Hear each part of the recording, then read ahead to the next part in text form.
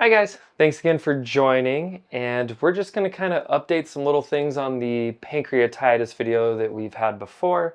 So hopefully you'll learn something new. Um, Pancreatitis, it is a very common problem. We do see it a lot in both felines and dogs.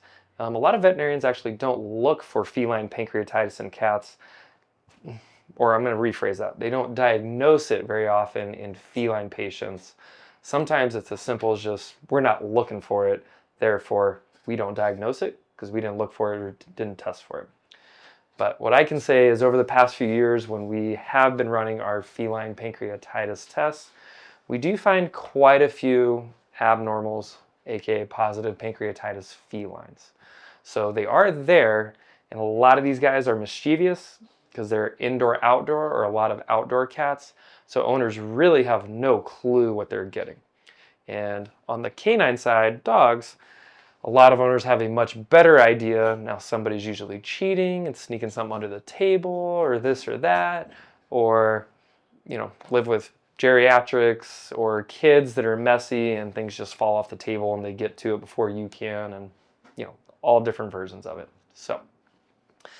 But like I said, just definitely wanted to touch on the feline pancreatitis side because that's overlooked just in general as the veterinary industry. But we've been looking and we definitely see it a decent amount of the time. So for the pancreatitis, the presentation is very different for every patient. Some are very mild, some are very dramatic, and they can occasionally even get life-threatening. Typically, when I'm explaining or have a confirmed pancreatitis in a case, the way I'll explain it to clients is, every patient's different. How they're presenting in the case is also different. So some patients come in and they are lateral, laid on their side, and they look miserable. Others are like, hey, they're doing good. They just got a mild this, or hey, they're a little bit off. We did this and we probed things in the history and kind of work it up and go from there. But I break it down in 30% categories. Generally, about 30%, we'll say 33%, of patients we can manage with what we call outpatients. So injections, sub-Q fluids, various feel-good things, and that'll do a pretty good job with a lot of them. Typically, we'll range anywhere from 1 to 3 days with outpatient. Here is what we typically see. The next category, they're a little more severe, maybe a little more dramatic, or hey, outpatient isn't really working, or the owners can't give the meds, or whatever version.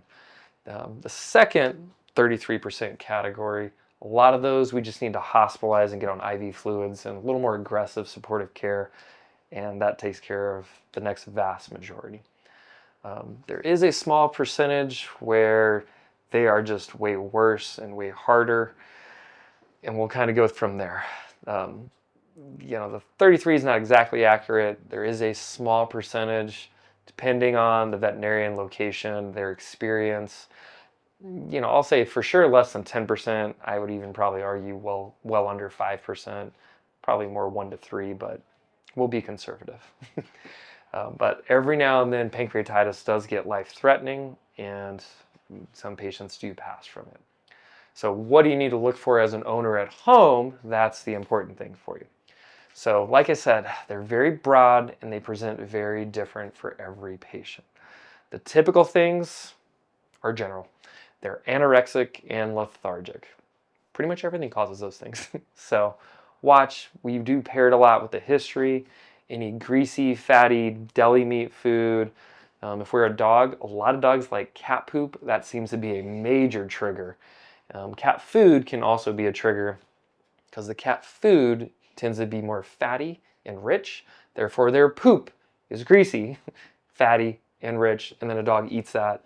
It's kind of the same as giving them pepperoni or weenies or hot dogs, something like that. And we treat a lot of them.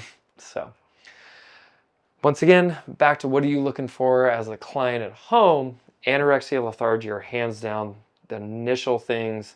And then a lot of patients will develop some version of nausea and vomiting and some type of GI issue, typically diarrhea.